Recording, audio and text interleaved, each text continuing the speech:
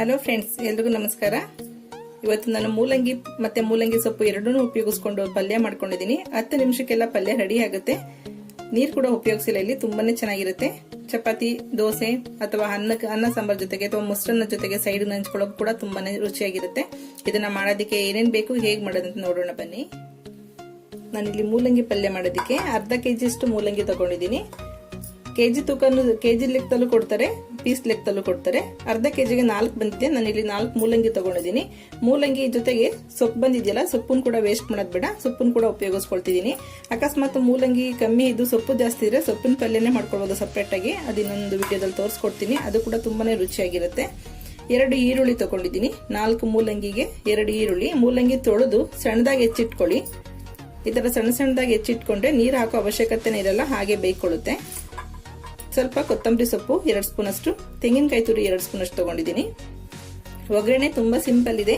ಹಸಿ ಮೆಣಸಿನಕಾಯಿ ಒಂದು 3ನ ಸಣ್ಣದಾಗಿ ಕಟ್ ಮಾಡಿ ಇಟ್ಕೊಂಡಿದ್ದೀನಿ. ನೀವು ಉದ್ದ ಕೂಡ ಬೇಕಾದ್ರೆ ಹೆಚ್ಕೊಳ್ಬಹುದು. ಖಾರದ ಪುಡಿಗಿಂತ ಹಸಿ ಮೆಣಸಿನಕಾಯಿ ಟೇಸ್ಟ್ ಚೆನ್ನಾಗಿರ್ತಿದ್ರಲ್ಲಿ.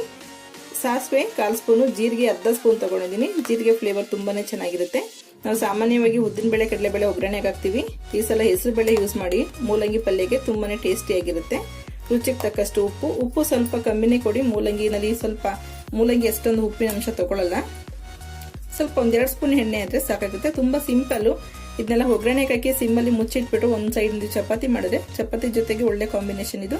ಅಥವಾ ಅನ್ನ ಸಾಂಬಾರ್ ಇದ್ರೆ ಸೈಡ್ ಆಗಿ ಕೂಡ ಪಲ್ಯ ತರ ಕೂಡ ಉಪಯೋಗಿಸ್ಕೊಳ್ಬಹುದು. ಮಾಡೋದೇಗೆ ನೋಡೋಣ.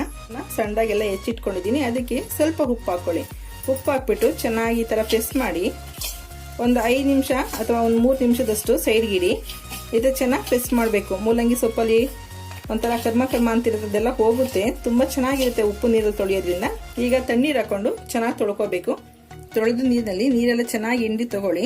ಸ್ವಲ್ಪ ಹಿಂಡಿದ ಮೇಲೆ ಸ್ವಲ್ಪ ಗಂಟು ತರ ಇರುತ್ತಲ್ಲ, ಸ್ವಲ್ಪ ಈ ತರ ಎಲ್ಲ ಬಿಡಿಸ್ಕೊಳ್ಳಿ. ಕಟ್ ಮಾಡುವಾಗಲೇ ಸ್ವಲ್ಪ ಸಣ್ಣದಾಗಿ ಕಟ್ ಮಾಡ್ಕೊಳ್ಳಿ. ಮೂಲಂಗಿ ಸೊಪ್ಪು ಜಾಸ್ತಿ ಇದ್ರೆ ಸಪರೇಟ್ ಆಗಿ ಪಲ್ಯ ಮಾಡ್ಕೊಳ್ಬಹುದು. ಮೂಲಂಗಿ ಸೊಪ್ಪು ಸ್ವಲ್ಪನೇ ಇದ್ರಿಂದ ಆ ಮೂಲಂಗಿ ಜೊತೆಗೇನೆ ಆಡ್ ಮಾಡ್ಕೊಳ್ತಾ ಇದ್ದೀನಿ. ನನ್ನ ಪಾತ್ರೆಯಲ್ಲಿ 2 ಸ್ಪೂನ್ ಅಷ್ಟು ಎಣ್ಣೆ ಹಾಕೊಂಡಿದ್ದೀನಿ. ಎಣ್ಣೆ ಬಿಸಿಯಾಗಿದೆ. ಈಗ ಜೀರಿಗೆ ಮತ್ತೆ ಸಾಸಿವೆ ಹಾಕೊಳ್ಳೋಣ. ಸ್ವಲ್ಪ ಚಟಪಟ ಅಂದ ತಕ್ಷಣ ಹೆಸರುಬೇಳೆ ಹಾಕೊಳ್ಳೋಣ. ಹೆಸರುಬೇಳೆ ಸ್ವಲ್ಪ ಜಾಸ್ತಿ ತಗೊಂಡಿದ್ದೀನಿ. 2 ಸ್ಪೂನ್ ಅಷ್ಟು ತಗೊಂಡಿದ್ದೀನಿ. ನೀವು ನೋಡಿ ಬೇಕಾದ್ರೆ ಹಾಕೊಳ್ಳಿ. ಒಂದೇ ಒಂದು ಮೂಲಂಗಿಗೆ ಮೊದಲು ಮಾಡಿ ನೋಡಿ. ನಿಮ್ಗೆ ರುಚಿ ಅನ್ಸಿದ್ರೆ ನೆಕ್ಸ್ಟ್ ಜಾಸ್ತಿ ಮೂಲಂಗಿ ಹಾಕೊಂಡು ಮಾಡ್ಕೊಳ್ಬಹುದು. ಹೆಸರುಬೇಳೆ ಸ್ವಲ್ಪ ಕಲರ್ ಚೇಂಜ್ ಆಗ್ಲಿ. ಹಸಿಮೆಣಸಿನಕಾಯಿ ಹಾಕ್ತಾ ಇದ್ದೀನಿ.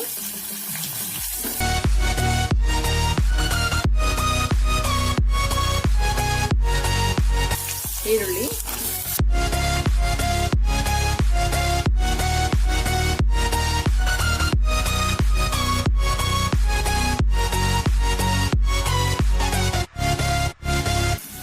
ಈಗ ಮೂಲಂಗಿ ಸೊಪ್ಪು ಇತ್ತಲ್ಲ, ಮೂಲಂಗಿ ಸೊಪ್ಪು ಮತ್ತೆ ಮೂಲಂಗಿ 2 ಜೊತೆನಲ್ಲೇ ಹಾಕೊಳ್ಬಹುದು.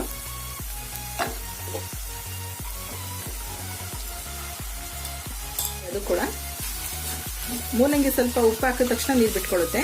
ಇವು ಎಣ್ಣೆನಲ್ಲಿ 1 ನಿಮಿಷ ಫ್ರೈ ಆಗ್ಲಿ, ಆಮೇಲೆ ನಾವು ಉಪ್ಪು ಹಾಕೊಳ್ಳೋಣ.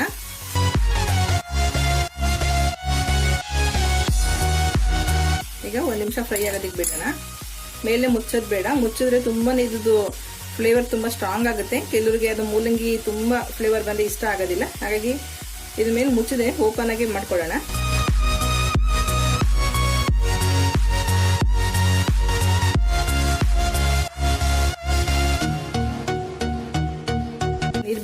ನೀರು ಬಿಟ್ಕೊಂತ ಬರ್ತಿದೆ. ಎಷ್ಟೋ ನೀರಿದೆ ಇನ್ನು. ಉಪ್ಪು ಹಾಕಿದ ತಕ್ಷಣ ನಿಮ್ಗೆ ಮೂಲಂಗಿ ನೀರು ಬಿಟ್ಕೊಳ್ಳುತ್ತೆ.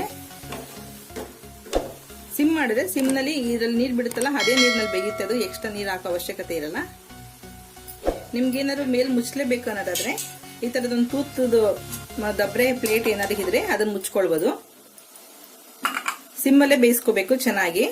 ಮೂಲಂಗಿ ಸಾಫ್ಟ್ ಆಗಷ್ಟು ಫ್ರೈ ಮಾಡ್ಕೋಬೇಕು. ಸಾಫ್ಟ್ ಆಗದೆ ಏನಾದ್ರು ತಳ ಹಿಡಿತಾ ಇದೆ ಅಂದ್ರೆ ಮಾತ್ರ 1-2 ಸ್ಪೂನ್ ಅಷ್ಟು ನೀರು ಚಿಮ್ಕಿಸ್ಕೊಳ್ಳಿ. ನೋಡಿ, ಸಿಮ್ನಲ್ಲೇ ಮಾಡ್ಕೊಂಡಿದ್ದೀನಿ. ಎಷ್ಟು ನೀರು ಬಿಟ್ಟಿತ್ತಲ್ಲ, ಆ ನೀರು ಪೂರ್ತಿ ಡ್ರೈ ಆಗಿದೆ. ನೋಡ್ತಾ ಇರೋದು ಇಲ್ಲಿ ಪೂರ್ತಿ ನೀರು ಡ್ರೈ ಆಗಿದೆ. ಮೂಲಂಗಿ ಕೂಡ ಬೆಂದಿದೆಯಾ ಚೆಕ್ ಮಾಡ್ಕೊಳ್ಳಿ. ಮೂಲಂಗಿ ಸಾಫ್ಟ್ ಬೇಗ ಬೇಯುತ್ತೆ. ನಾವು ಇದನ್ನ ಪಲ್ಯ ತರ ಉಪಯೋಗಿಸೋದ್ರಿಂದ ತುಂಬಾ ಸಾಫ್ಟ್ ಆಗ್ಬೇಕಂತಿಲ್ಲ. ಆಕ್ಚುಲಿ ಸಾಫ್ಟ್ ಆಗುತ್ತೆ. ಇದು ತುಂಬಾ ಚೆನ್ನಾಗಿ ಬೇಗ ಬೇಯುತ್ತೆ ಸಣ್ಣದಾಗಿ ಹೆಚ್ಚಿರೋದ್ರಿಂದ. ನೋಡಿ, ಚೆನ್ನಾಗಿ ಬೆಂದೋಗಿದೆ. ಈಗ ಕೊತ್ತಂಬರಿ ಸೊಪ್ಪು ಮತ್ತೆ ತೆಂಗಿನಕಾಯಿ ತುರಿ ಹಾಕೊಳ್ತಾ ಇದ್ದೀನಿ. ನಿಮಗೆ ಉಪ್ಪು ಖಾರ ಏನಾದ್ರು ಕಮ್ಮಿ ಆಗಿದೆ ಅಂದ್ರೆ ಈ ಸ್ಟೇಜ್ನಲ್ಲಿ ಕೂಡ ಆ್ಯಡ್ ಮಾಡ್ಕೊಳ್ಬೋದು. ಸ್ಟವ್ ಪೂರ್ತಿ ಸಿಮ್ಮಲ್ಲೇ ಇಟ್ಕೊಂಡಿದ್ದೀನಿ. ಮೂಲಂಗಿ ಒಗ್ಗರಣೆ ಹಾಕ್ತಾ ಇದ್ದೀನಿ. ಒಂದು 7 ನಿಮಿಷ ಆಗಿದೆ ಅಷ್ಟೇ ಮೂಲಂಗಿ ಒಗ್ಗರಣೆ ಹಾಕಿ. ಚೆನ್ನಾಗಿ ಬೆಂದೋಗಿದೆ. ಒಂದು 10 ನಿಮಿಷದಲ್ಲಿ ಮೂಲಂಗಿ ಎಲ್ಲ ಹೆಚ್ಚಿಟ್ಕೊಂಡಿದ್ರೆ 10 ನಿಮಿಷಕ್ಕೆ ಆರಾಮಾಗಿ ಪಲ್ಯ ಮಾಡ್ಕೊಳ್ಬೋದು. ಈ ಕಾಯಿ ಕೊತ್ತಂಬರಿ ಸೊಪ್ಪೆಲ್ಲ ಮಿಕ್ಸ್ ಆಗಲಿ 1 ನಿಮಿಷದಷ್ಟು ಬಿಟ್ಟು ಸಿಮ್ನಲ್ಲೇನೆ ಆಮೇಲೆ ಸ್ಟವ್ ಆಫ್ ಮಾಡ್ಕೊಂಡು ಸರ್ವ್ ಮಾಡ್ಕೊಳ್ಳೋಣ.